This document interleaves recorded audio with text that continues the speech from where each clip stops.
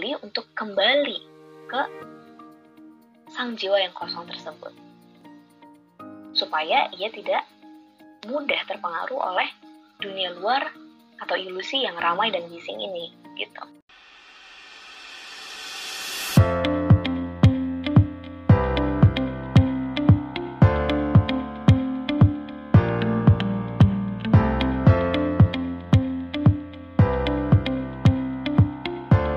Oke nih, sekarang kita akan membahas tentang hubungan reality dan emptiness. Bagaimana kita bisa bersahabat dengan emptiness? Karena,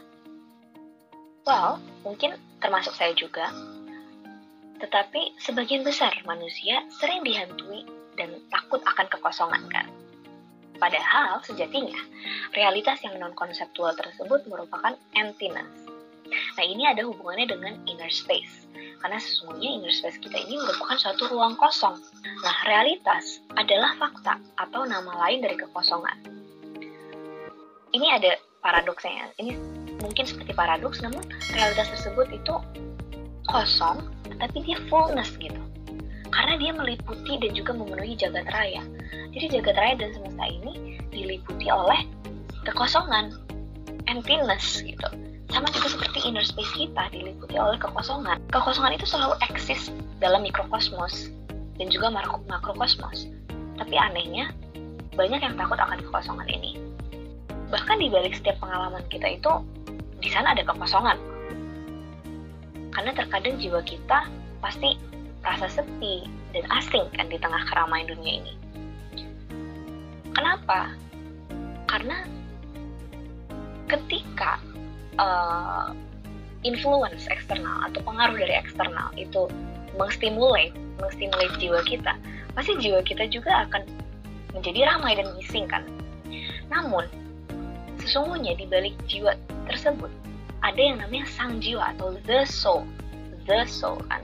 Sang jiwa ini menjadi glimpse gitu bagi jiwa kita untuk mengingatkan bahwa sang jiwa ini harus tetap kosong dan menjaga kestabilannya, sehingga si jiwa ini diajaklah untuk sadar, untuk ingat kembali, untuk kembali ke sang jiwa yang kosong tersebut, supaya ia tidak mudah terpengaruh oleh dunia luar atau ilusi yang ramai dan bising ini, gitu. Jadi sering banget kan ketika kita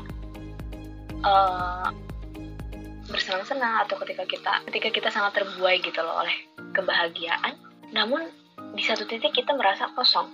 Tiba-tiba kita merasa kosong. Kenapa? Karena yang membuat kita bahagia itu bukanlah suatu kebahagiaan yang abadi. Jadi sang jiwa ini memanggil kembali jiwa kita untuk kembali lagi ke titik awalnya, untuk menjaga kestabilannya dengan menjadi kosong dan mengosongkan semua stimulasi eksternal yang masuk tadi. Namun seringkali kita mengabaikan kekosongan ini gitu.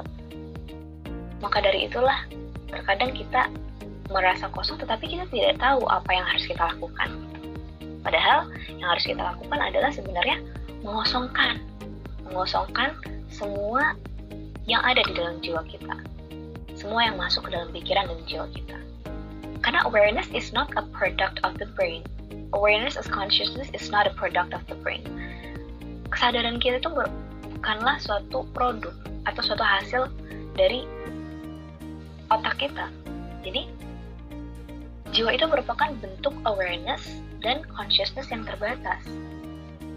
Nah, sang jiwa atau kesadaran itu akan merasa sepi dan terasing ketika bentuk dirinya yang terbatas atau si jiwa tadi mendominasi dirinya. Jadi ketika sang jiwa tadi yang kosong, yang menjaga kestabilan jiwa kita didominasi atau overwhelmed of sesuatu yang limited ini, sesuatu yang terbatas ini, maka ia akan rindu, ia akan ingin kembali kepada dirinya yang asli atau esensinya. Jadi consciousness, awareness, dan sang jiwa ini mengetahui dirinya. Sedangkan yang terbatas ini adalah mind atau jiwa kita. Maka dari itu sangat penting untuk mendengarkan panggilan sang jiwa ini, agar kita kembali lagi ke root kita, agar kita plant our feet on the earth again, plant our feet on our consciousness again.